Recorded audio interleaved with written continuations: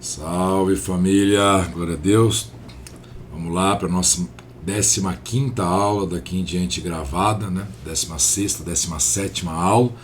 E aí então nós teremos a nossa aula presencial.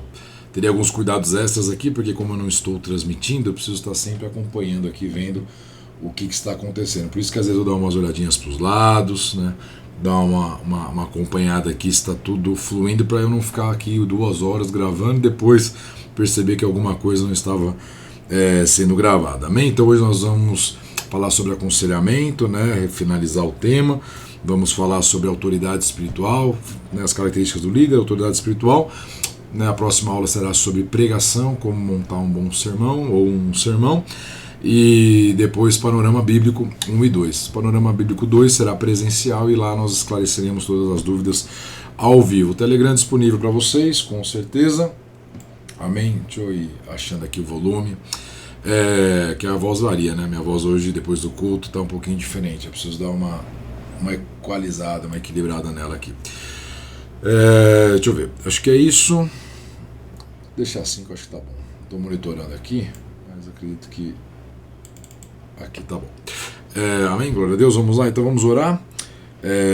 O tema de hoje ele é tão importante, né, que na reciclagem eu vou separar umas 2, 3 horas para mergulharmos sobre o tema. Ele é muito exaustivo, né? Aconselhamento é algo muito importante. As pessoas esperam que você traga uma direção de Deus, né, como se fosse o próprio Deus ali trazendo uma direção. Então é algo fundamental para que a liderança saiba dar bons conselhos, né? Uma liderança que sabe dar bons conselhos é uma liderança forte, que constrói, né, uma igreja forte. Então, o tema de hoje é fundamental e glória a Deus por isso também. Vamos orar? Pai amado, nós te agradecemos, ó Deus, por mais um dia, nós glorificamos o teu nome, nós te exaltamos, ó Pai, rendemos graças ao Senhor, clamamos que o Senhor venha nos dar as instruções, que o Senhor venha, meu Deus, a preparar os nossos corações para recebermos a tua palavra, a tua direção. Glorificamos o teu nome, rendemos graças a ti, te pedimos, ó Deus, ser conosco.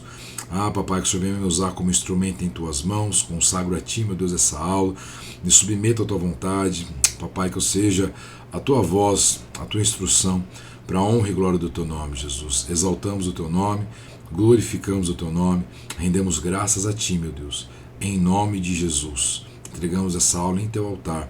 Pai amado, eu te agradeço pelas pessoas que o Senhor tem colocado nessa igreja, meu Deus, para fazer o teu reino avançar, em nome de Jesus. Amém e amém. Glória a Deus, vamos lá? Então o aconselhamento é um tema fundamental para nós, precisamos estar atentos a isso, porque bons conselhos fazem as pessoas tomarem decisões certas fazem as pessoas experimentarem o melhor de Deus e a vontade de Deus sobre essa terra. Então, com certeza, uma liderança que saiba dar bons conselhos é uma liderança forte, né? E ele é o conselheiro, né? Uma das características de Jesus é ser conselheiro, né? Conselheiro, né? Conselheiro é um dos atributos de Jesus. Então podemos encontrar nele bons conselhos, né? Jesus sempre tinha bons conselhos. Então o aconselhamento ele é um sinônimo de cuidado pastoral. Não tem para onde fugir. Amém? É um cuidado pastoral. E nós seremos chamados, né? Seremos encorajados a realizarmos, a darmos bons conselhos. Então, se prepare para isso. Por isso que na reciclagem, certamente um dos temas da reciclagem será, né, como dar bons conselhos. Para a honra e glória do Senhor, ao longo dessa trajetória, tenho dado conselhos, pessoas têm me agradecido pelos conselhos que o Senhor tem me levado. E isso existe, né, algum tipo de técnica ou de informação que nós podemos buscar no Senhor. Amém? Glória a Deus. Então vamos lá para a nossa aula aqui de... Amém? Não se assustem, né, com essas pausadas, tá? Meu tablet tem dado umas enroscadas aqui porque eu projeto ele aqui para vocês, tá vendo? Quando eu estou fazendo essa transmissão online, ele já é antiguinho, já eu comprei ele usado. Ele tá dando umas enroscadas aqui. Dei uma limpada na memória e tal, vamos ver se melhora, tá? E às vezes eu dou uma pausada, vou no banheiro, tomo um café, então às vezes tem esses cortezinhos aí. Amém? Mas vamos lá. Ele ressuscitou, que ele apagou do nada e reiniciou. Se Deus quiser vai dar tudo certo. Graças a Deus que lá no culto ele não tem dado novidade, é mais aqui que exige um pouco mais dele, por causa dessa conexão aqui. Amém? Vamos lá? Então é nessa hora que você vai, né? Como nós falamos, cura, amparo, orientação, reconciliação. Então o poder que há, né, de você fazer bons aconselhamentos, restaurar famílias, restaurar casamentos, né, restaurar crianças que talvez ficariam longe de seus pais, essas coisas todas, né? E aí você consegue promover através de bons conselhos, né? Não é à toa que é uma das características de Jesus. Glória a Deus por isso, amém? E aí você também, levando as suas ovelhas a pastos verdejantes, né, elas começam a ter uma conexão com você. Um bom pastor, um bom líder tem que saber levar as suas ovelhas até pastos verdejantes, a lugares tranquilos, águas claras, limpas, né? Glória a Deus por isso. Então vamos lá. E também é significado aí de discipulado, né? Ele é sinônimo de discipulado, né? Aconselhamento e discipulado andam lado a lado. Glória a Deus, você deve levar o seu liderado a um nível superior, ou seja, mais perto de Jesus. Aí você precisa avaliar, né, aquelas pessoas que estão ao seu redor, né, se elas estão avançando, se elas estão evoluindo, progredindo. As pessoas que estão ao seu redor, elas precisam, né, que são pastoreadas por você, elas precisam estar em constante crescimento. Você precisa olhar para as pessoas e ver crescimento, porque os seus conselhos têm sido poderosos. É o que eu tenho, sempre observo, né, quando eu olho para os meus presbíteros, tenho, né, um orgulho para os líderes de ministérios, que eu consigo acompanhar mais de perto, né, porque Deus tem feito grandes coisas, glórias a Deus por isso, e os conselhos têm vindo do alto, promovendo, produzindo e dando direção, propósito, missão. O objetivo é ajudar, né, promover o encorajamento e orientar as pessoas com sensibilidade, cuidado, compreensão e amor. Você vê que são várias palavrinhas chaves aqui, né?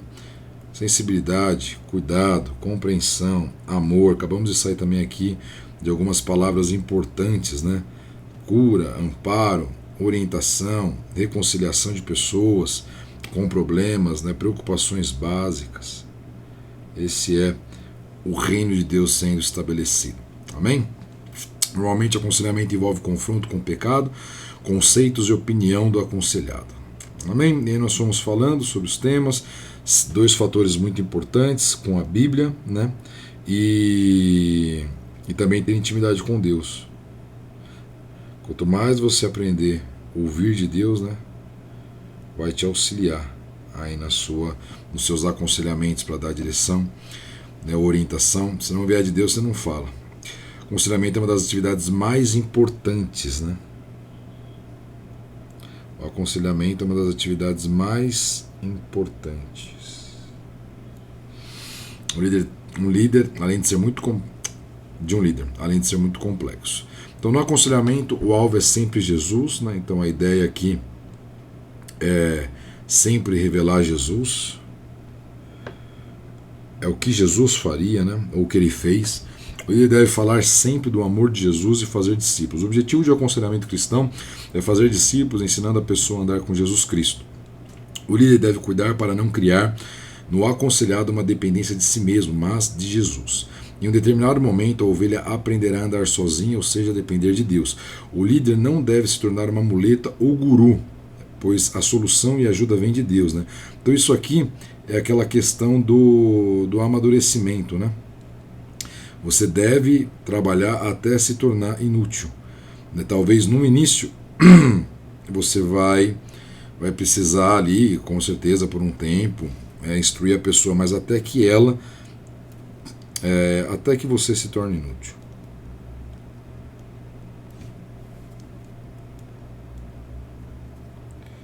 Se torne inútil. Amém? Então você vai aconselhando, dá instrução na palavra, ouve da parte de Deus, mas a ideia é promover essa conexão do aconselhado direto com Jesus. O conselheiro deve ter sempre bases bíblicas para a resolução de problemas e nunca dar conselhos baseados na própria opinião. Amém? Então, nunca dar conselhos baseados na própria opinião. Manter um relacionamento cristão com o aconselhado e não envolver-se emocionalmente, tá? Isso aqui é uma questão de sobrevivência, tudo bem? Sobrevivência ministerial. Por quê? É natural, né, que você começa a se envolver com os problemas e quando você vai ver, você está profundamente, emocionalmente com essa carga que não é sua, porque você não é Deus.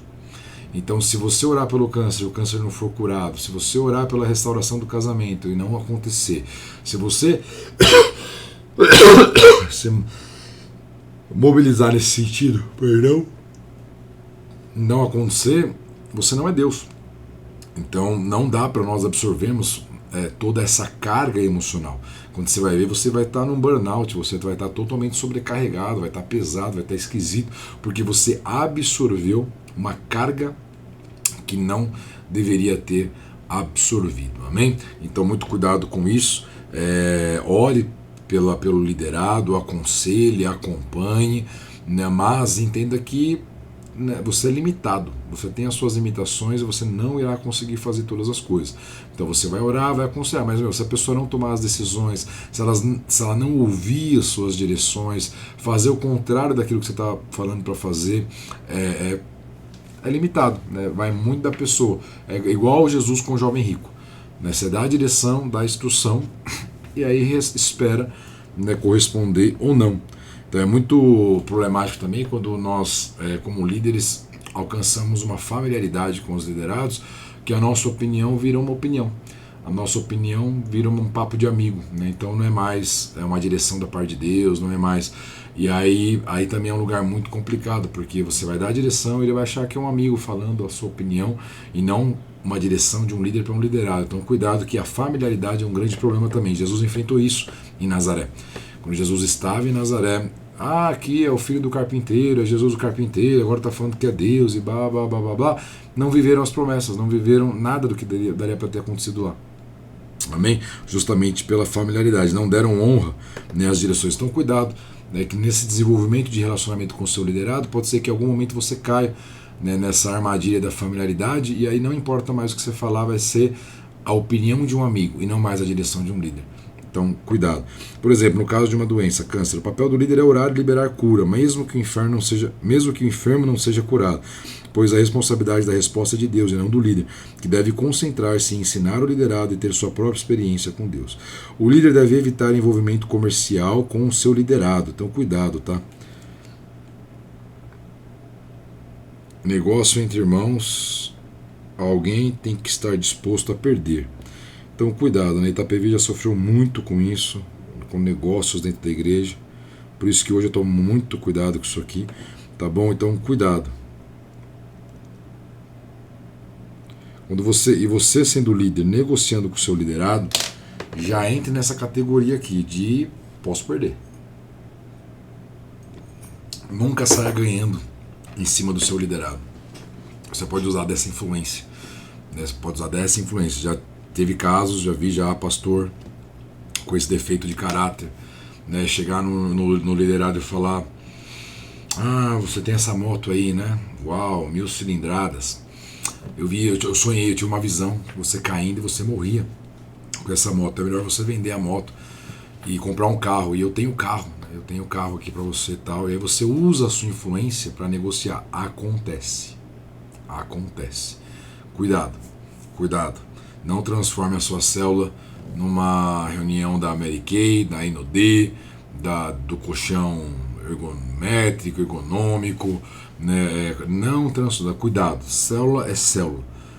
Vai fazer negócios entre irmãos da igreja, estejam aptos, né, a entender que alguém vai sair perdendo e aquele que mais é dado, mais é cobrado. Então cuidado, né, se você é líder e quando você for se envolver com negociações dentro da igreja, amém? Homem deve aconselhar homem e mulher deve aconselhar mulher, né? É claro que essa apostila foi escrita há uns 10 anos, com algumas revisões, né? Então tem que tomar cuidado, porque a gente sabe, né, que temos problemas, né? Os nossos dias são dias difíceis, né?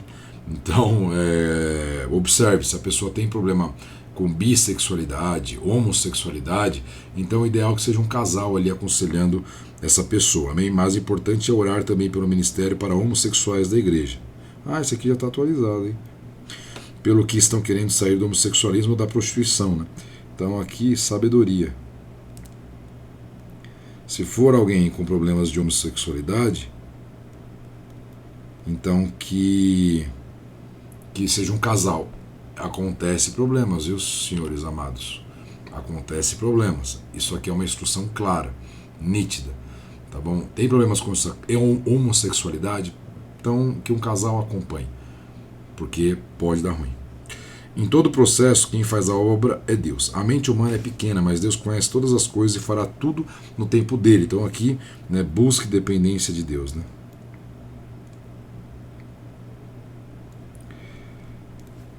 Dependência de Deus, né, versus a sua capacitação.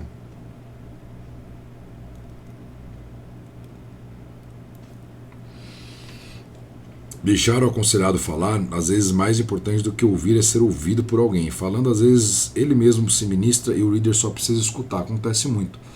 Acontece muito. Você está aconselhando, o cara começa a falar, e depois, obrigado, pastor, uau, que demais, como é bom, né, ser acompanhado por um homem de Deus. Você nem falou nada. Acontece. A própria pessoa, ao desabafar, o Espírito Santo ali já ministra e a transformação é realizada. O conselheiro deve estar atento à linguagem corporal, pois ela diz muitas coisas, através de expressões, olhares, gestos. Então esteja atento, né, com a linguagem corporal. O que está dizendo ali? Através de expressões, olhares, gestos, bocejo, coçar a cabeça, olhar para os lados, sem prestar atenção. É possível perceber até mesmo se o aconselhado está mentindo ou não, né? Quando começa a desviar o olhar, ele está falando com você e olha para o lado e tal, né? E aquela coisa toda, cuidado, né? Cuidado. Vale a pena fazer uma leitura básica, né? Tem pessoas que são especialistas em linguagem corporal, mas uma leitura básica ali é importante. É o que eu também sempre ensino o pessoal, né? Quando vai fazer entrevista, olho no olho, sem encarar, mas como quem está prestando ali satisfação, né? Usar sempre a Bíblia, procurando referências nela para o que está se aconselhando. Então você vê aqui que é sempre estimular o aconselhado a ter a visão de Deus, né? Estamos na era de Laodiceia, então é necessário o colírio. Você se vê assim, mas Deus te vê de outra maneira. O que Deus pensa sobre isso? Qual a opinião de Deus? E é interessante que a opinião é a palavra do grego doxa, que é igual glória. Então, quando nós temos a opinião de Deus sobre um tema, nós atraímos a glória de Deus sobre aquele tema. Então, isso é muito importante nós termos essa consciência, amém? Então, né, qual a visão de Deus? De Deus. Esse é o foco do aconselhamento.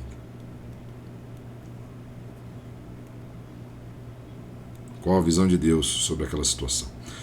Ter a responsabilidade no cumprimento de horários. Então, isso é importante, muito importante. Orar sempre antes do aconselhamento e depois para mostrar dependência total de Deus e cobertura espiritual. Isso vai exteriorizar que você tem dependência total de Deus. Então, orar sempre. Procurar criar oportunidades para que o lar seja restaurado, pois boa parte daqueles que procuram aconselhamento tem a raiz dos problemas dos lares: rejeição, falta de compreensão, falta de amor. Os aconselhados devem ser incentivados a buscar conselhos para o conserto dos lares, né? Então aqui é restauração familiar, né? Grande parte dos aconselhamentos.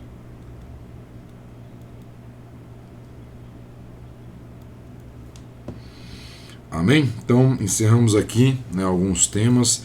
Se atentem, tá bom? Porque são temas importantes. Passamos por motivação, fiz a pregação ontem sobre o tema, né? E tivemos as aulas, mais de uma aula, né? Mais de uma aula sobre motivação.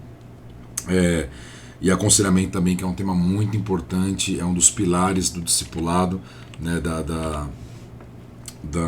do ser igreja, do ser líder, é aconselhar, amém? E aí nós vamos para a autoridade espiritual, né? Como que nós precisamos nos enxergar como líderes, né? A autoridade espiritual. Sem autoridade espiritual não é possível exercer ministério, amém? Então a autoridade espiritual é necessária para exercermos o nosso ministério. É muito comum copiar as pessoas que têm autoridade espiritual achando que obteriam os mesmos resultados. Por isso, quando temos autoridade espiritual, temos o nosso nome conhecido no céu, mas também no inferno. Para ter autoridade espiritual, deve-se pagar o preço. Nunca devemos ter inveja de pessoas que alcançaram a sua autoridade espiritual. E aqui, muitas vezes,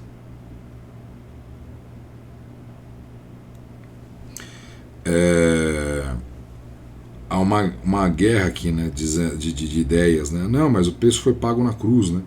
Mas existe ainda o ainda, né? Ainda existe uma cruz,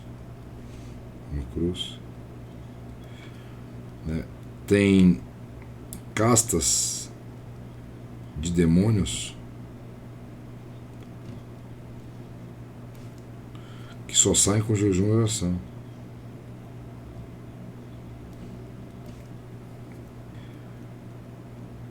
Jejum e oração. Então existem, né,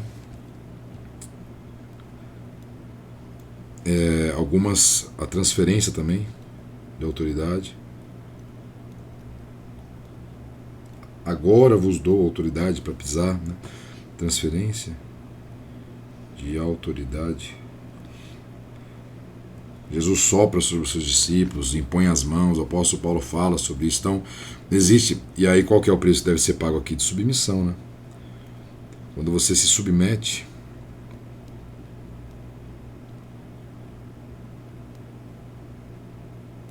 submissão é o preço a ser pago.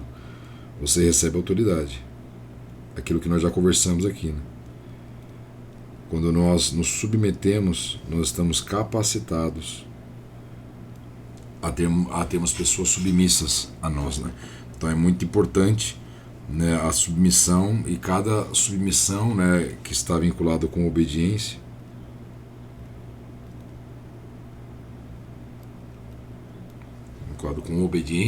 você vai ganhando autoridade, né? Você percebe, quanto mais os discípulos vão obedecendo, se submetendo, mais autoridade vai sendo entregue a eles. Amém?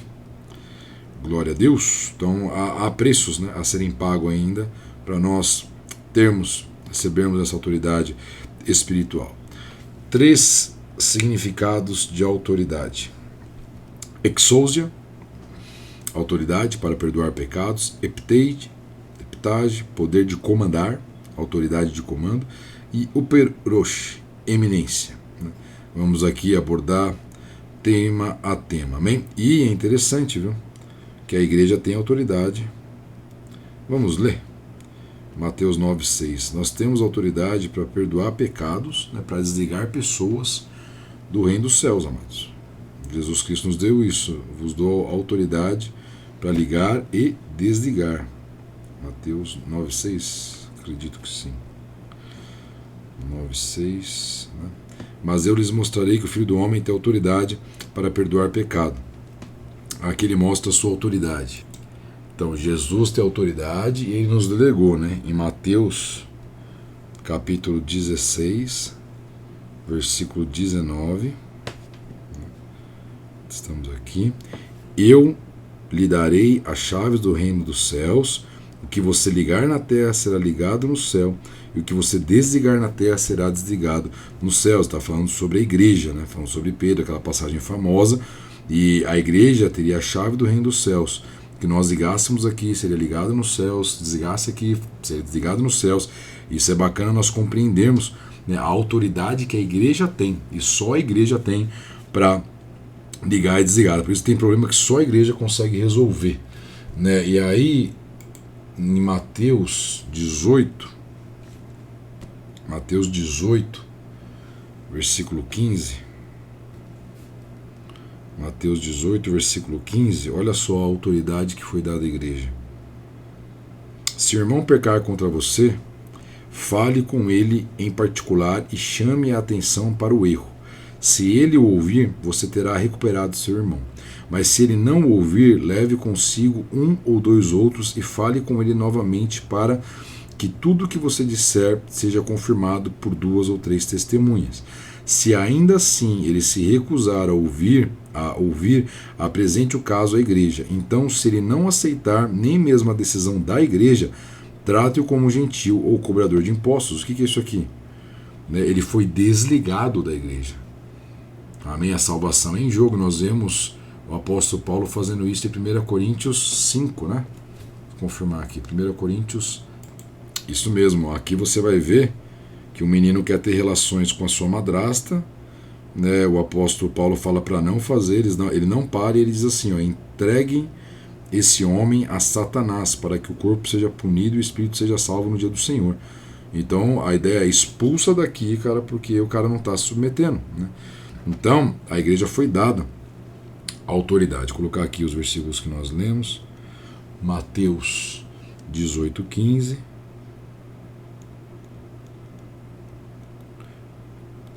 Mateus, essa é a autoridade que a igreja tem, amados. Mateus 16, 19. Epitágio, poder de comandar. Vamos ler? Tito 2,15. Poxa vida, fechei a Bíblia. Tito 2,15, autoridade de comando. Nós só temos autoridade para comandar quando nós nos submetemos. Amém? Tito 2,15. Ensine essas coisas e encoraje os irmãos a praticá-lo. Corrija-os com autoridade. Não deixe que ignorem o que você diz, né?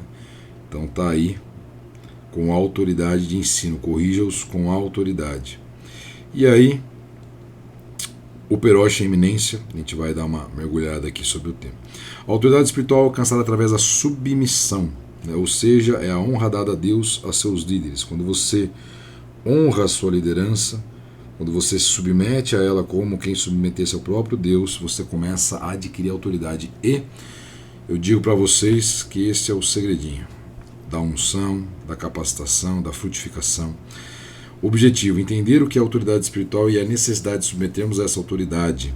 Então, nosso presidente da República, seu chefe, o gerente, nós precisamos compreender que toda autoridade ela foi estabelecida por Deus. Amém? Deve ser respeitada. E quando nós respeitamos, honramos isso, nós também recebemos autoridade espiritual. Não, a autoridade não é uma estrutura exclusiva das igrejas. Podemos encontrar hierarquias de autoridade em nossas casas, escolas, empresas. Nossas casas, escolas, empresas, instituições militares e judiciárias. A diferença é que na igreja, quando nos submetemos, ficamos mais próximos de Deus e das bênçãos de Deus. O antônimo de autoridade é rebeldia, é desobediência. Então aqui, até no reino dos céus, né? Lá nós temos os querubins, serafins, com funções diferentes, né? Temos os arcanjos, os 4 seres viventes, são funções diferentes.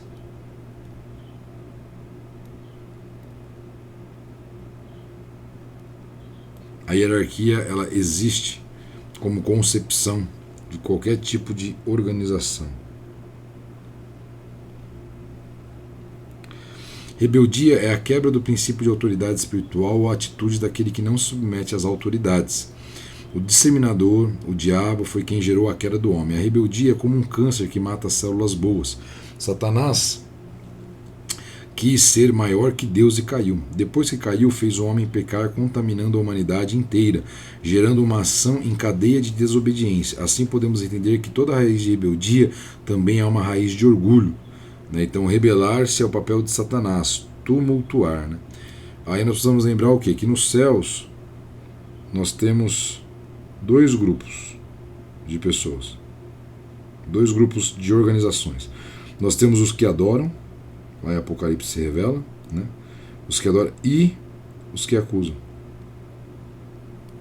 Temos, né, quem canta santo, santo, que fica adorando ao Senhor, e os que ficam acusando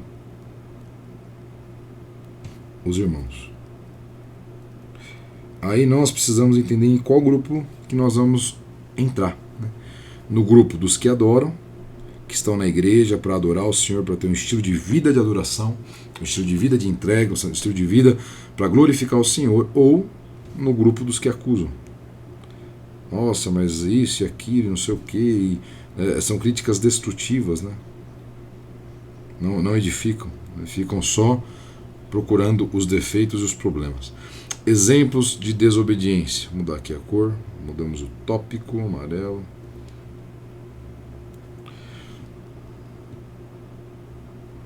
Eva levianamente acrescentou algo à palavra de Deus. Você pode ler na sua casa, você vai perceber que ela diz o quê? Aqui. Não pode comer de nenhuma semente, né? Nenhuma árvore, perdão. Nenhuma árvore. Aliás, vamos ler. Ela não é nenhuma árvore que ela fala, né? Ela fala não pode nem olhar, nem tocar, nem nada. E na verdade ela acrescenta coisas naquilo que Deus disse. Gênesis 2:16, vamos abrir lá. Gênesis 2:16. Mas o Senhor Deus ordenou: coma à vontade dos frutos de todas as árvores do jardim, exceto da árvore do conhecimento do bem e do mal. Se você comer desse fruto, com certeza morrerá. O Senhor Deus disse: não é bom que o homem esteja sozinho. Farei alguém que ajude e o complete. O Senhor Deus formou a terra, dos animais selvagens, as aves dos céus, e trouxe o homem. Não é sobre isso. Espera lá, só um segundo. É aqui, ó, Gênesis 3:3. Nós demos lá, né? Deus disse para ela o quê? Não comam do fruto. Quando a serpente vem e diz, ó, Deus realmente disse que vocês não devem comer do fruto de nenhuma das árvores do jardim. Aí ela respondeu: podemos comer do fruto das árvores do jardim. Respondeu a mulher: é só do fruto da árvore que está no meio do jardim que não podemos comer. Deus disse: não comam, nem sequer toquem no fruto daquela árvore. Se o fizerem, morrerão. Deus não falou nem sequer toquem, nem sequer, né? Isso é religião, está acrescentando ordens de Deus, né? Está aumentando o fardo. É simplesmente não coma. Então ela começa a acrescentar, ela começa a mudar. Então a rebelião, ela começa na mudança. Então aqui 3 Gênesis, né? Vamos lá, Gênesis. Vamos lá. Gênesis 3. Né? Ela muda, ela acrescenta, muda a palavra de Deus. Né?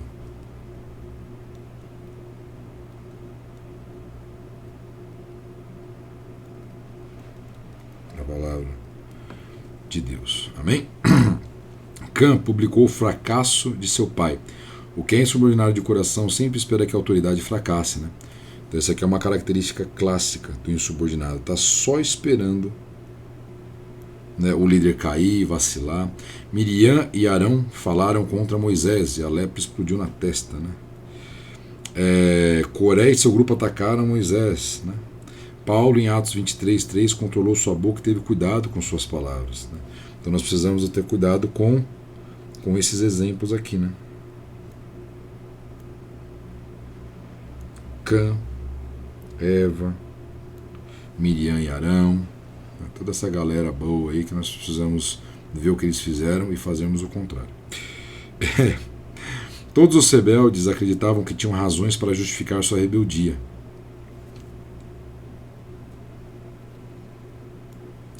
Mas o espírito de rebeldia impede a bênção de Deus. Temos de decidir quem governa a nossa vida, a razão ou a submissão à autoridade.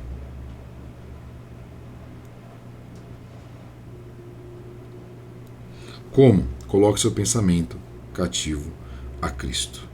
Então, muitas vezes, obedecer dói, machuca.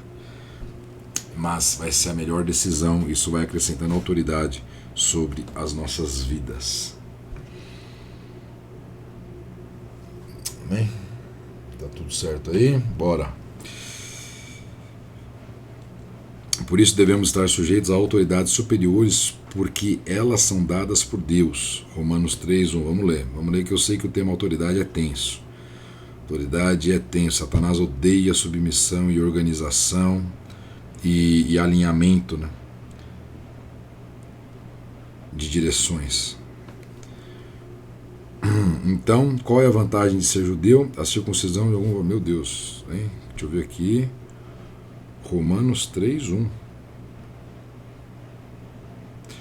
Romanos 3:1. A fidelidade de Deus. Então, qual é a vantagem de ser judeu? A circuncisão tem algum valor? Sim, há muitos benefícios. Em primeiro lugar, os judeus foi confiada toda a revelação de Deus. É verdade que alguns deles foram infiéis, mas isso significa que Deus será infiel? De maneira nenhuma. Ainda que todos sejam mentirosos, Deus é verdadeiro. E as Escrituras dizem a seu respeito: será provado que tens razão no que dizes e ganharás tua causa no juízo. Amém? Então ele está dizendo aqui que muitos foram rebeldes, mentirosos, né, mas Deus ele é verdadeiro. E a sua palavra nos diz, né, nos orienta a nos submetermos às autoridades de qualquer nível de esfera. Eu lembro que o meu irmão mais velho sempre foi muito insubmisso, ele mesmo fala, né? E antes dele conhecer Jesus, o lema dele é: me fale uma lei para eu quebrar ela, para eu agir ao contrário, né? Uma rebelião assídua. E esse é a clássica característica, né, de todo movimento que tem as trevas por detrás, é quando nós falamos da rebelião, da insubmissão. Isso aqui é um assunto delicado, mas é fundamental, amados. Fundamental. Obediência no Antigo Testamento. Davi tinha conhecimento sobre a autoridade. Um cafezinho aqui.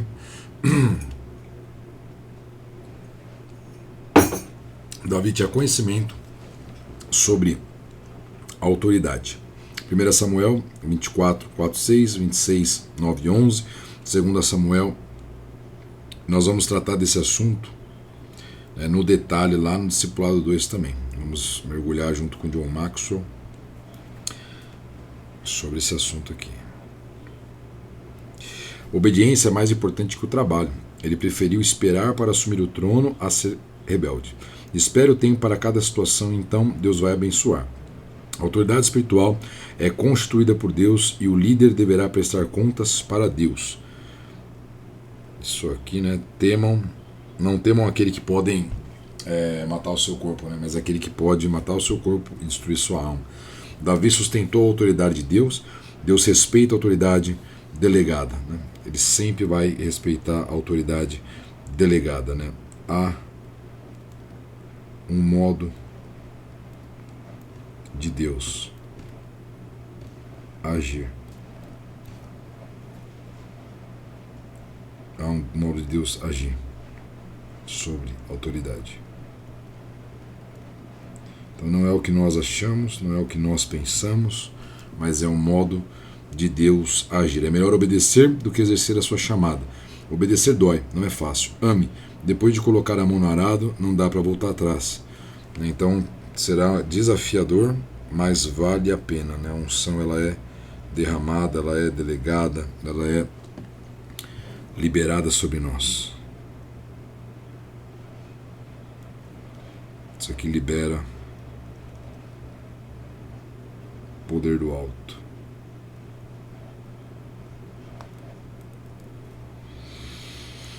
Um só pensamento, um só coração. Glória a Deus. Amém? Vamos lá então. E obediência no Novo Testamento. Vamos dar a cor aqui.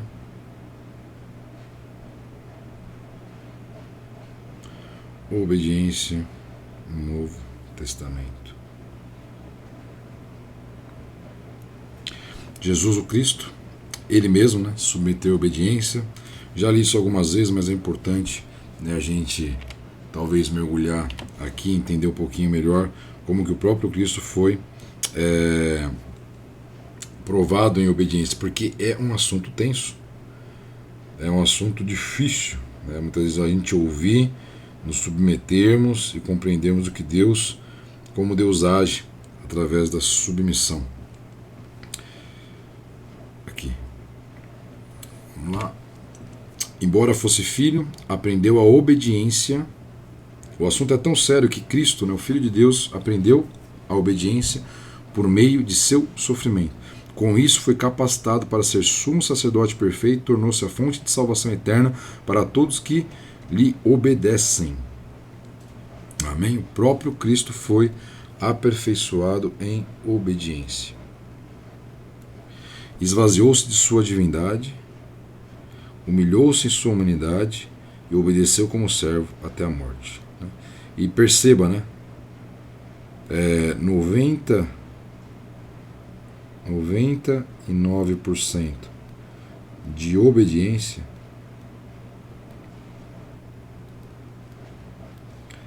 é desobediência.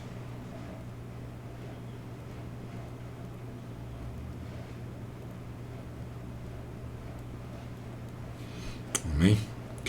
O caminho do então, assim, a obediência é obediência total. O caminho do Senhor na criação do universo, Deus determinou que a autoridade não fosse estabelecida sem obediência, pois não pode coexistir sozinho. Jesus aprendeu a obediência através do sofrimento. Do sofrimento. Deus não nos chama somente para a salvação, mas também para manter sua autoridade por meio da obediência, né? Então, nós não somos simplesmente não, mas exclusivamente salvos, né? Nós somos aperfeiçoados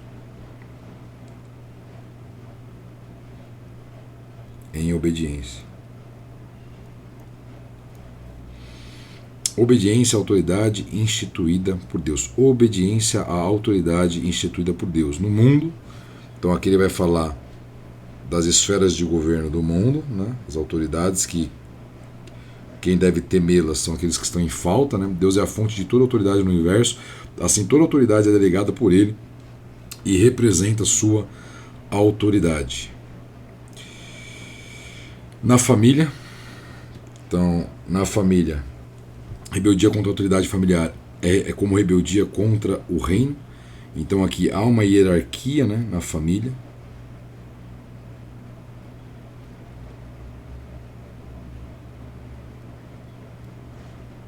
Na família. Que deve ser respeitada. No trabalho, depois vocês podem conferir as passagens aí. Se honrarmos a autoridade do Senhor em nossas vidas, os outros respeitarão a autoridade do Senhor em nós, né? Já falamos sobre isso, aquela questão da Pietra com a pastora e comigo. Então, é conectado, né? Você honra a autoridade e seus liderados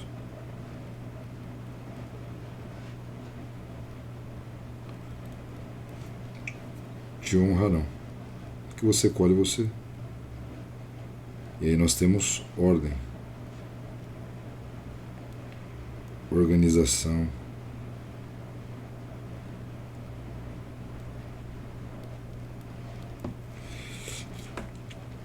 na igreja.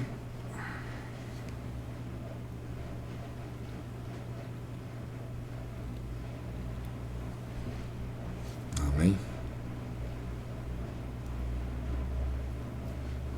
Deus estabeleceu autoridades dentro da igreja. Rejeitar a autoridade delegada é uma afronta a Deus. Se a autoridade delegada estiver errada, não nos diz respeito, uma vez que ela terá de prestar contas a Deus. Nossa responsabilidade é obedecer. Se Deus teve coragem de confiar sua autoridade aos homens, então precisamos ter confiança para obedecer. Amém? Quando for situações claramente antibíblicas, né, aí devemos conversar.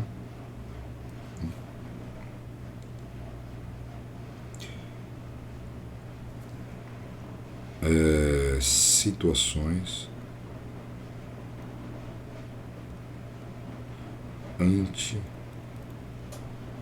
antibíblicas. Aí vale a conversa.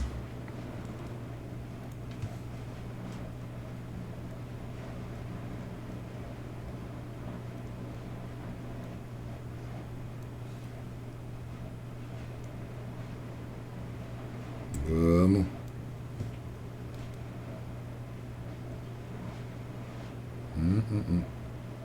Tá travando. Vamos. Ajustes. Jesus. Ajustes. Poxa vida, hein? Ajustes. Aí. Deve haver os ajustes. Você começa a ficar meio quadriculado que vai carregar na memória. Os ajustes. Beleza. Amém? Então nós encerramos aqui a questão de autoridade espiritual. Vou tirar um pouco aqui, vou dar uma resetada no aplicativo, ver se ele volta legalzinho. Amém? Então chegamos aqui, encerramos e vai dar pra gente entrar já no tema como pregar, né? Isso aqui é fundamental para vocês prepararem as pregações aí dos senhores, para entrar em um ano de 2022 pregando. Amém, glória a Deus por isso. Vamos falar um pouquinho aqui, né, alguns toques, algumas dicas, né, de como nós podemos preparar um bom sermão, nos organizarmos para a pregação. Amém? Eu vou seguir aqui nos 42 minutos que nos restam para essa primeira aula, mas certamente não vou abordar toda a questão de como pregar. E aí nós vamos para a próxima aula e aí encerramos o como pregar. Amém? Então, vamos lá. Aqui, como pregar, né? Esse é o assunto que para muitos causa desespero generalizado. Como pregar? Como pregar? Uns amam, outros têm desespero, mas todos devem pregar. Amém? Então vamos lá. Conjuro-te, pois, diante de Deus e do Senhor Jesus Cristo, que há de julgar os vivos e os mortos na sua vinda e no seu reino, que pregues a palavra,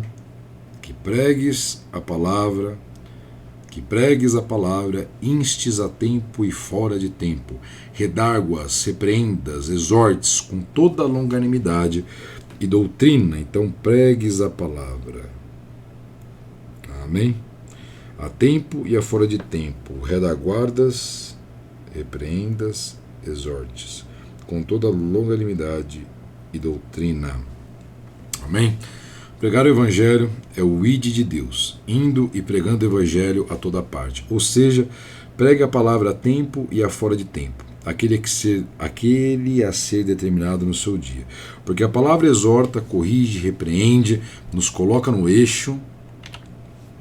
Somos chamados para pregar a palavra e pregação é uma arte apaixonante, né? E como característica, né, de toda arte, ela é ensinável, né? Então nós conseguimos estudar e desenvolver, né? Meu Deus, vamos. É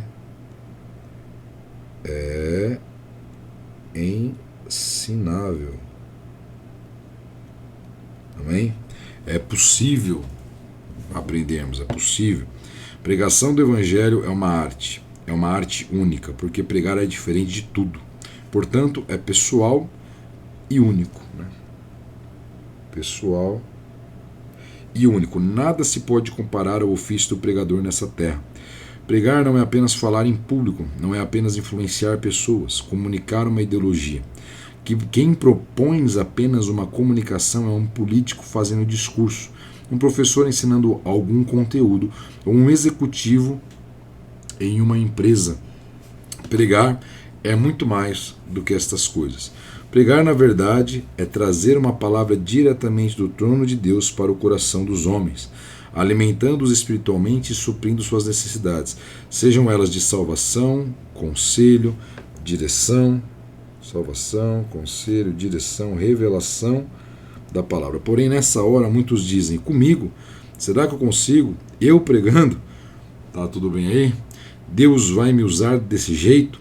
O ministério da pregação não é algo exclusivo dos teólogos. Nós, na nossa natureza humana, temos facilidade de aceitar os limites que o interno nos impõe e às vezes ficamos intimidados. Né? Independente disso, Deus depositou sobre nossas vidas essa responsabilidade de anunciar o seu evangelho, ou seja, fomos chamados para ser testemunhos de Jesus.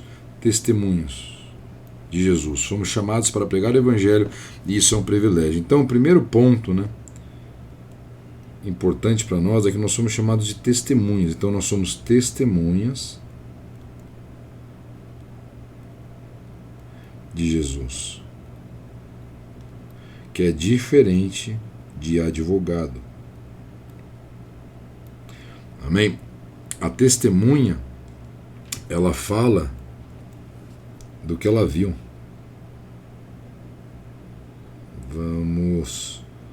Fala do que ela viu e participou.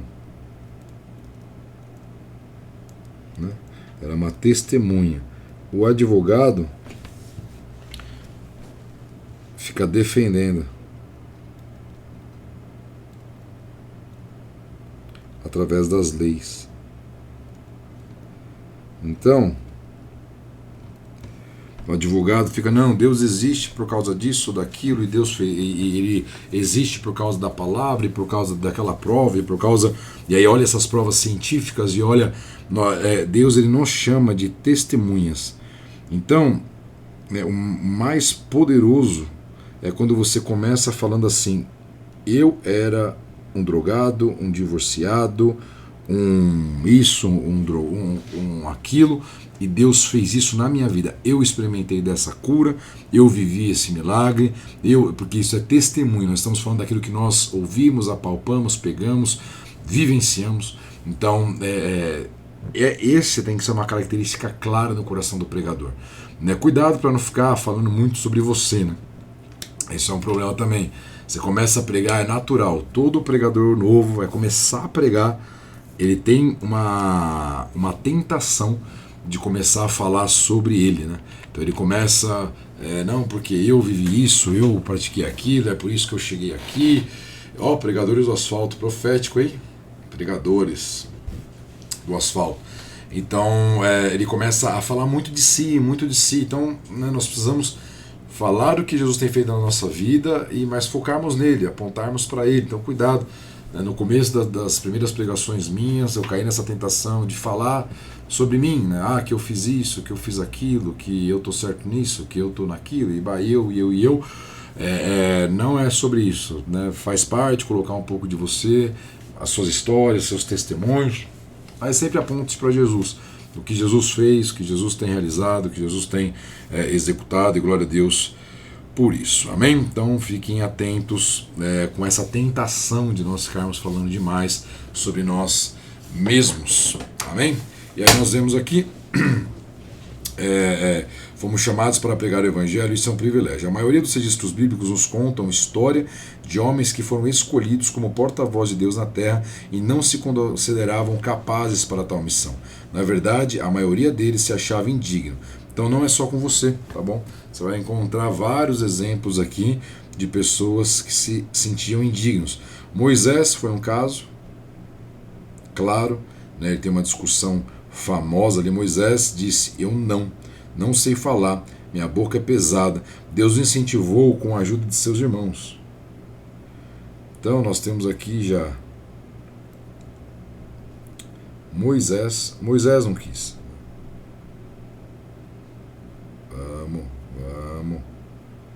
Tá, vou colocar lenha aqui. Vamos. Moisés. Gideão. Um anônimo, né, alguém dos bastidores. Eu sou o menor da minha casa. Deus diz: vai na tua força, homem valente. Jeremias. Não passo de uma criança. Deus, eu te uso. Davi, que escreveu a maioria dos salmos, nem em sua casa era respeitado. O menor de sua casa foi até esquecido, né? Davi foi esquecido na refeição com o profeta. Isaías, né, visão do trono: ai de mim que sou pecador, Deus, eu toco nos teus lábios, com o braço do altar eu te santifico. João Batista, sem nenhum preparo. João Batista cresceu sabendo que tinha uma chamada sacerdotal. Todos sabiam, ele vai ser profeta, vai ser usado por Deus, vai ser um pregador. Porém, ele não foi para o seminário, foi impelido pelo Espírito a ir para o deserto. Amém? Então, os apóstolos, né? Quem entre eles, ao ser chamado por Jesus, estava cursando um seminário teológico? Uns eram pescadores, outros cobradores de impostos, outros em suas atividades seculares. Ninguém teve uma formação para ser um pregador. Jesus pegou pessoas incultas ou que sonhavam estar pregando o evangelho, mas foram esses que Deus escolheu. Então o que é importante, o quê? Aqui. Todos estavam trabalhando. Você vai ver, amado, que isso é... perdão, tá aí na tela errada, né? Todos estavam trabalhando. Você não tem nada demais, só fui lendo aqui. Todos estavam trabalhando, né? Então, se você for perceber, todos, amados, todos. Moisés estava atrás de uma ovelhinha e viu a brasa ardente. Gideão estava malhando o trigo escondido para não roubarem dele, mas estava lá. Jeremias era muito jovem, eu não tenho detalhes dele. Davi estava trabalhando, aí chamaram ele para ir com a refeição com o profeta. Isaías também não me lembro muito bem como foi a chamada dele, né? João Batista não tem registrado. Os apóstolos, todos, né? Sem exceção, sem sombra de dúvidas. Vou colocar aqui, que agora começou a ficar gelado. Então, o que eu quero dizer com isso aqui, meus irmãos? Que eu já vi muita gente, cara. Isso acontece com frequência, né? Eu tenho um chamado. Vou ser pregador, aleluias. E aí o cara para, velho. O cara não vai trabalhar, não estuda, não faz nada, fica no sofá esperando o chamado cair em cima da cabeça. E no bola, especificamente, acontece isso com frequência. Deus pegar as pessoas no auge, né? No auge, quando a pessoa está assim, bombando realmente, né? É nessa hora que Deus tem separado a galera. Impressionante, no auge assim das suas carreiras. Então, o que eu fiz? Quando eu entendi, tem uma chamada de pregador, acho que Deus pode me usar nesse sentido. Ele avisou que me usaria nesse sentido, e eu fui, Deus deu a direção para estudar, e eu fiz técnico, engenharia, pós-graduação, fui embora. A hora que ele achou por bem, ele separou. Então não force a barra. Qual que é uma coisa que eu pensava muito assim, né? Eu não quero fazer um chamado fake, sabe? Um negócio que, se ele quiser que eu faça alguma coisa para ele, ele vai me achar, ele vai me separar, e eu deixei nas mãos dele, não fiquei manipulando, não fiquei, sabe, nada nesse sentido, sempre buscando realmente que Deus viesse a confirmar e levantasse se ele achasse por bem que tinha que levantar, senão também... Glória a Deus por isso, amém? Então, estude, medite na palavra, se você entende que tem um chamado, né, busque, né, mas trabalhe, dê o teu melhor na tua carreira profissional, que na hora certa, nada pior, meu amado, imagino, né, do que você ser comissionado, manipular situações para conseguir ir lá pregar, e quando você começar a pregar, você não tem o respaldo, você não tem a unção, não tem, sabe, aquela coisa, quando Deus chega e fala, eu chamei esse cara, eu tô com ele, né, eu sou com ele. Então tomarmos muito cuidado com essas manipulações, essas politicagens, sabe? É muito sério. Eu estudando, vou mergulhando, a hora que ele achar por bem, que ele assim o faz. Paulo, que tinha estudo, formação, teologia, tinha conhecimento, era judeu, fariseu, aperfeiçoado na lei. Deus o chama e o prepara, pois tudo que ele tinha aprendido não servia para o ministério. Então ele mesmo diz, né, tudo que eu aprendi foi esterco. Né, você vai aprender o que eu quero te ensinar, vai aprender a sofrer pelo meu evangelho. Então nós vemos claro que todo o estudo preparou ele, né, mais ou menos. Toda a engenharia, estudo, desenvolvimento intelectual que eu vivi me ajuda muito nas interpretações, nas pregações e na liderança. Né? Mas vai ter que aprender de Deus.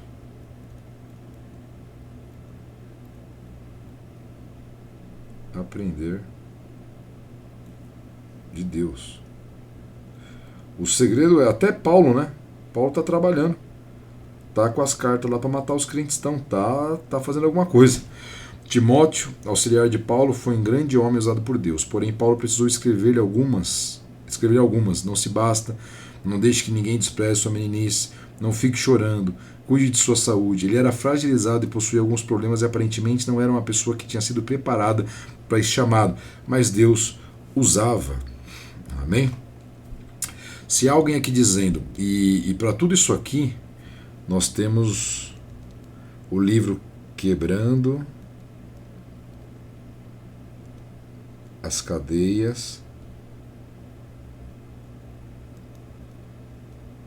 da intimidação para te ajudar a romper. Amém? John Bevere, leiam, vai ajudar vocês a alcançarem tudo aquilo que Deus tem para a vida de vocês, amados. Quando vocês deparar com o diretor, com o gerente, com aquilo que... misericórdia, esqueci de novo. Oh, Jesus, amado. Né? Quebrando as cadeias da intimidação. Quando Deus te colocar naquela posição, naquela situação, você tem que estar preparado para matar no peito, chutar no ângulo. Sem se intimidar com público, com cargos, com nada. Vai para cima. Se alguém aqui dizendo, não sei se é comigo, Deus não vai me usar, será que essa palavra é para mim? Será que eu tenho essa capacidade? Será que vou me ver ainda pregando, levando o evangelho? Suas limitações são tudo que o Espírito Santo precisa, porque Deus tem um padrão. Esse padrão é escolher pessoas que não se sintam capazes para que Ele possa transformá-las. Isso para que ninguém se glorie. Amém? Nada melhor do que declararmos, entendermos que dependemos dEle.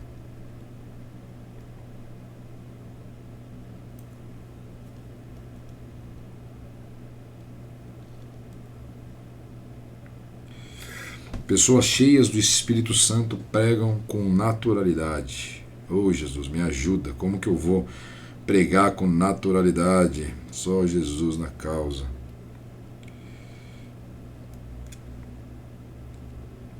Vamos lá.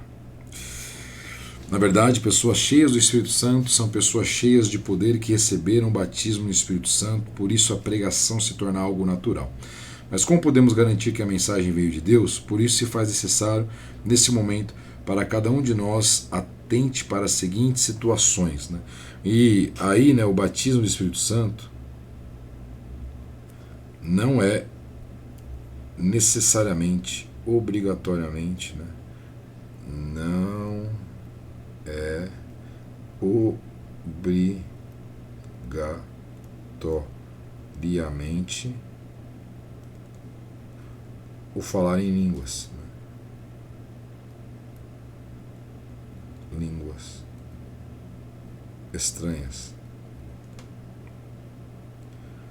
Batismo com o Espírito Santo é ser tomado pelo poder de Deus, e as maiores evidências do Espírito Santo não são falar em línguas, mas são os frutos do Espírito em nós. Amém?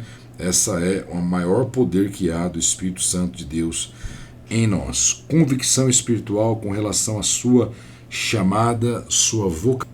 Amém, vamos lá. Convicção espiritual com relação à sua chamada, sua vocação e seu ministério. Nem todos vão ser pastores, mas há pessoas que têm convicção do seu ministério. Foram tocadas por Deus e mais ora menos horas serão levantadas por Deus para pregar o Evangelho. Busquem essa convicção no Espírito. Deus está me separando? Tenho essa vocação? Então nós precisamos ter essa certeza. Para a vocação, né? Para a vocação. Não, pregar, todo mundo tem que pregar. Agora, para a vocação de ser pastor, pregador, vai pregar toda semana, mais de uma vez. Segundo, ao preparar uma palavra, por onde começo? Qual que é o início? Tempo de qualidade com Deus para o preparo da pregação. Tempo para estudo, meditação e revelação da palavra.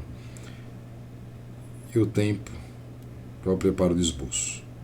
Sabemos que há uma grande discussão sobre isso, né? Tem algumas igrejas que não suportam essa questão do preparar, né? Acho que tem que vir a hora da revelação lá e por aí vai, quase que uma tenda cigana, mas né, cada um com a sua visão. Para nós não, para nós precisa ter um tempo de preparo, né? Eu para cada pregação vai aí de 8 a 10 horas, às vezes 12 horas, dependendo da pregação já chegou mais de 20 horas, dependendo do tempo, né, para poder embasar tudo na palavra e tá tudo alicerçado, bonitinho, ainda mais hoje com a internet, né? O Dente Prega na internet, ali é um grande mural de exposição. Lembre-se que as pessoas são importantes e por isso necessita de dedicação, pois o sermão precisa vir do trono do Pai. Não é de uma hora para outra. Deus dá revelação para quem lê, estuda, estuda, medita e se aprofunda, para quem busca essa revelação. Você precisa atentar para a importância do tempo para a preparação. Deus pode até te usar sem um tempo de preparação e esboço, mas há alguns riscos, pois quando você tem sempre uma mesma plateia e precisa se renovar, trazer algo novo sem o esboço, os riscos são. Então presta atenção nisso aqui, ó, mesma plateia. Então imagina, né, eu aqui, né, pregador de igreja local. É o mesmo público, né? É o mesmo público. Tem que ter renovação. É por isso que às vezes até muda o estilo. Dou umas variadas e tal. Não sigo uma linha fixa, né? Como pregador itinerante, você pode ver que o cara tem uma linha travada, fixa. Eu aqui às vezes tenho que falar da história, tenho que dar uma variada, porque é toda semana, né? E é a visão do Bola, né? O pastor pregar todo domingo. Falta de profundidade no tema, você acaba falando o óbvio, né? Isso aqui é ridículo, né? Quando você começa a falar somente o óbvio, sem substância, sem ilustração, falta de coerência e uma linha de raciocínio, né? Não há uma linha de raciocínio. Então tem que ter, nós vamos falar sobre essa linha de raciocínio, né? Mas tem que ter, você acaba falando somente aquilo que todo mundo vê. E a pregação, ela precisa ir além do óbvio. Ir além do óbvio. Porque o óbvio a pessoa lê em casa, né?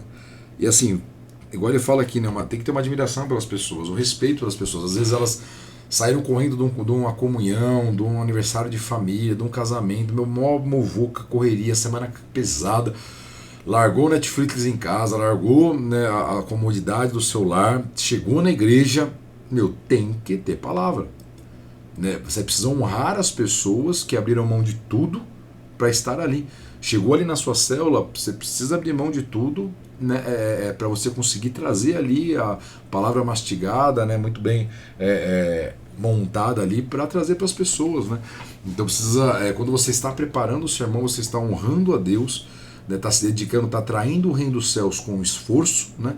E principalmente não, mas e também honrando as pessoas que abriram mão de toda a sua vida, de todo o seu tempo, priorizaram estar ali para ouvir você trazer uma palavra, né? Então honre as pessoas, né? Pense em honrar a Deus, né? Ou amar a Deus e por amor às pessoas, né? E aí você precisa ter substância, né? Isso aqui é bagagem teológica,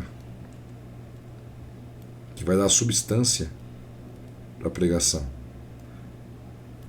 né? E aí um raciocínio lógico, né? Tem que ter, a gente vai ver aqui, tem que ter a introdução, tem que ter o desenvolvimento, e a conclusão. Você precisa começar ali com uma introdução, você precisa desenvolver a aplicação prática, né? E aí então você encerra. Se eu não me engano, são os 4 passos mínimos para uma pregação. Se puder, sempre uma ilustração. Eu tenho dificuldade com ilustrações, meu forte não é ilustração. Se você perder o sentido, a pregação se tornará ideias jogadas no ar e elas não se conectam. Provavelmente também perderá o foco, o alvo, a consistência e, óbvio, a atenção das pessoas. O risco de ser redundante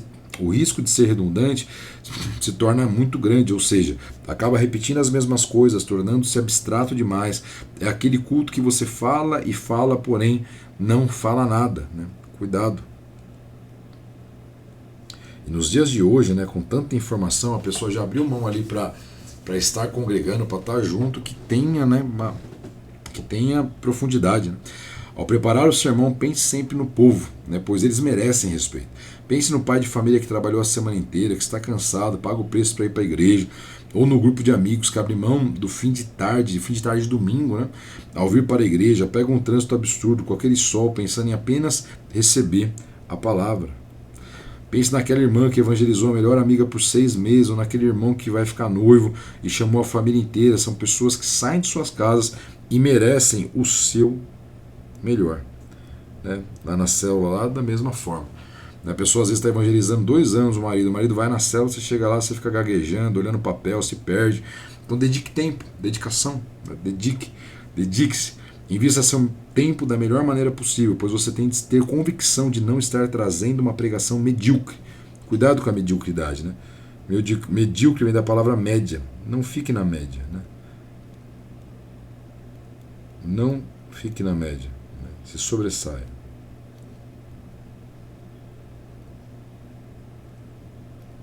Com dedicação, esforço, você atrai o reino dos céus.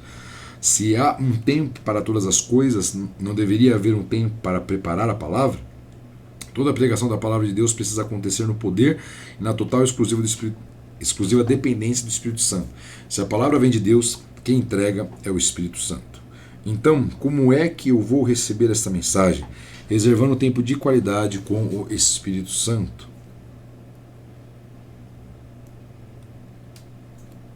O que devemos fazer? Ficar atento, pois o Espírito Santo age como ele quer. E ele fala na hora que quer.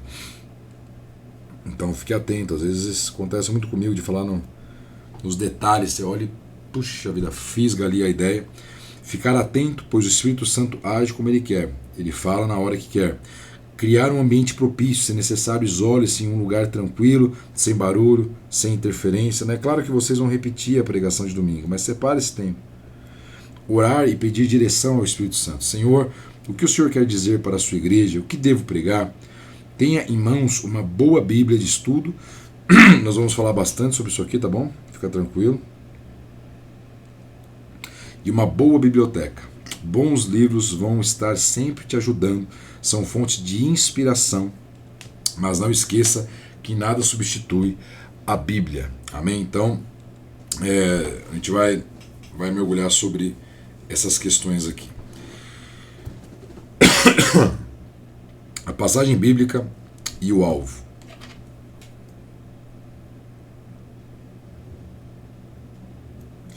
Na maioria dos casos, a melhor base para um sermão é uma passagem bíblica.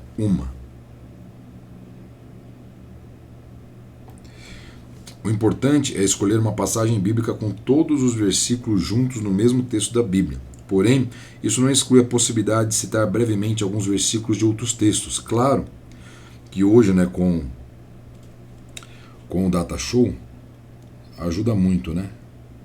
Porque você consegue conectar tudo ali, projetar e dar a dinâmica necessária. Mas na célula as pessoas estão com a Bíblia de papel ali, né? Data Show ajuda nos versículos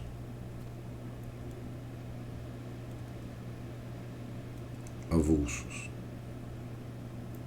Mas siga essa dica, né? Tenta pegar uma passagem, por quê? Se aquela passagem fixar na cabeça do irmão, já está valendo a pena. Já conseguiu fixar, né, a palavra, e a palavra ela fala por si só. Ao buscar um alvo, imagine um pastor que acerta um lobo e acaba assustando todos os demais e nenhum se aproxima. Quando você estiver pregando, escolha um lobo, o alvo. É ele que eu tenho de acertar. com uma pedra, passagem bíblica, eu vou lançar esse lobo, esse será o seu alvo. Então, pega um alvo, né, o lobo é o pecado, né, é aquilo que está ameaçando o rebanho, você mira nele e dá nele. O ideal é que você escolha uma ou duas passagens e complete a principal, mas não mais do que isso, pois caso contrário, então, nós temos a... Deixa eu ver aqui que estão... Né, nós temos a grande dificuldade, né, dos dias a qual o AP escreveu essa apostila, porque nós não tínhamos tanta facilidade como hoje, né? Hoje a gente consegue, né, conectar e dar bastante embasamento bíblico. Nesses dias, ou lá na célula, né, que é o caso de vocês, fica mais difícil realmente. Então a congregação não vai ficar folheando. Então você percebe que muitas vezes eu corto esse tipo de folheamento aqui, né?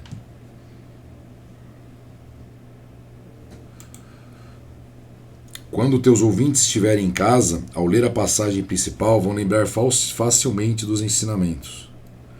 Você, como pregador, não utilize todos os versos relacionados ao assunto. Guarda bala para o próximo, né? Quando eu prego temas muito complexos ou polêmicos, né? Complexos e polêmicos. Complexos e polêmicos, aí eu uso bastante versículo para respaldar, né, e cercar. E com o data show lá, né, a gente consegue ir, depois o pessoal consegue comprovar em casa, né?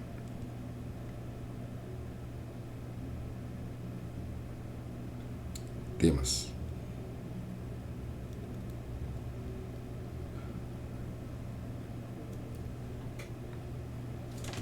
Deixa eu deixar. Não para o celular. Não sei se vocês estão ouvindo. E não é ligação. Vamos lá. Qual o objetivo do sermão?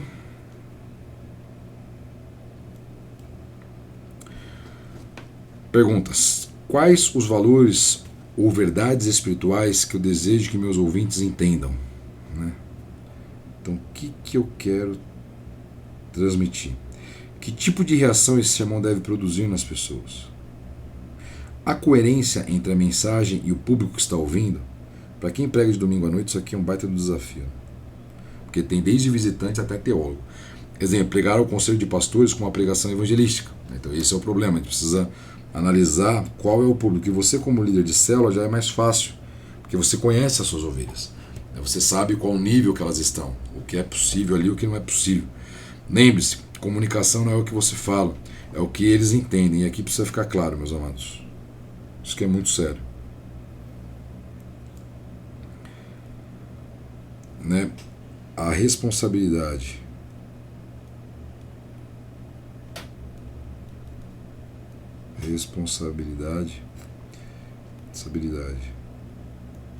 de comunicar, né? De comunicar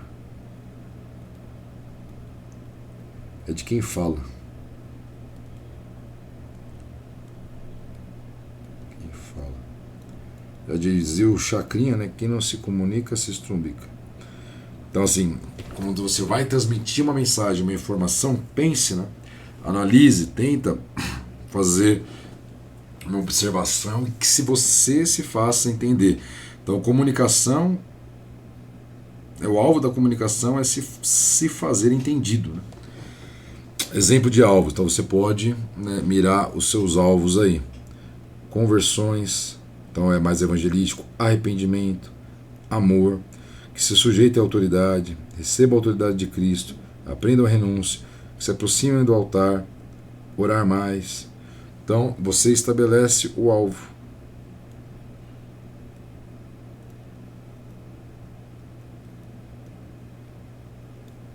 Uma palavra pode ser gerada por revelação ou inspiração, mas independente disso, você precisará de um alvo. As duas formas vêm de Deus. Às vezes Deus revela, outras Ele te inspira. Exemplo prático. Então aqui nós temos revelação e inspiração. Exemplo prático, Ele traz aqui para nós, né? Referência, Lucas 10, 25, parábola do bom samaritano. Alvo, amor. Amar como o samaritano amou, mesmo um inimigo. Um bom sermão precisa ter começo, meio e fim. Começo, meio e fim. Explicar e aplicar. Então a gente já começa a ter aqui, né, uma introdução,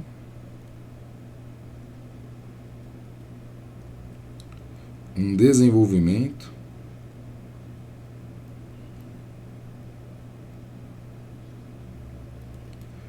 uma aplicação prática. Tem que ter aplicação prática. Como que eu aplico isso?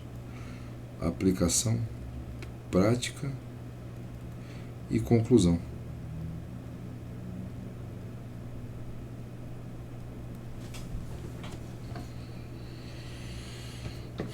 Explicar e aplicar. No esboço, na estrutura do seu sermão, você precisa explicar tudo aquilo que carece de explicação para que o teu sermão seja o mais claro possível e possa atingir o alvo. A explicação também enriquece tua pregação, agrega valor à tua mensagem principal. Sempre que possível, explique também palavras que não são comuns, situações econômicas, políticas, financeiras, geográficas. Onde aconteceu? Aquelas perguntinhas básicas, né? Onde aconteceu? Por que aconteceu? O que aconteceu, historicamente falando, o que está nas entrelinhas, falar sobre o contexto, a cidade, dar um plano de fundo para a congregação, você dá um cenário, você faz o background, plano de fundo. Quando pregamos, não temos recursos visuais e contamos com a imaginação. Então percebe, né? Não temos recursos visuais. Lá na célula realmente não tem. Embora na minha célula, né, eu já na época não tinha essa facilidade que tem hoje. Eu comprei um aparelhinho que convertia do computador VGA para RCA e mandava para TV e projetava lá algumas coisas na célula. Eu sempre gostei dessas coisas tecnológicas. Fiz uma vaquinha com o pessoal da célula e fizemos. Quando se começa a pregar, as pessoas começam a desenvolver uma história.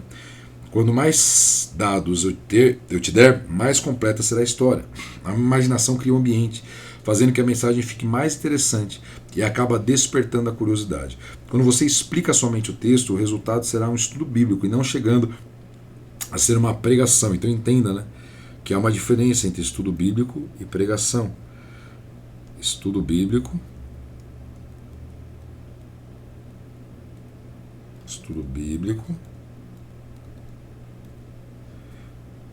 e pregação.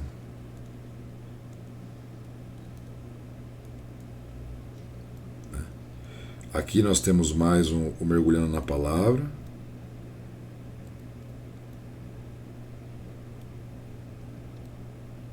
Da palavra. Que é mais em formato de aula, né, e por aí vai. É diferente. Pregação tem que ter principalmente a aplicação prática, né?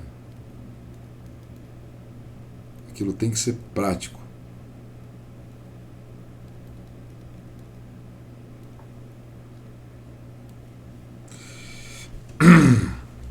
Convence ninguém.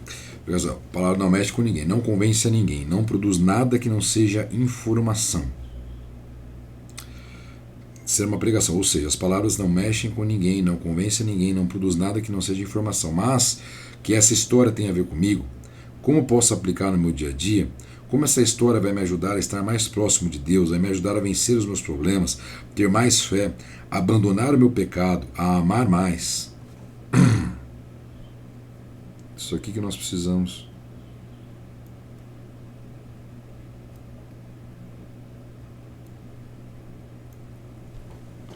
Independente do teu alvo, também devemos estar atentos à aplicação, ou seja, devemos entender onde a história se encaixa na vida pessoal de quem escuta. Então você percebe que a nossa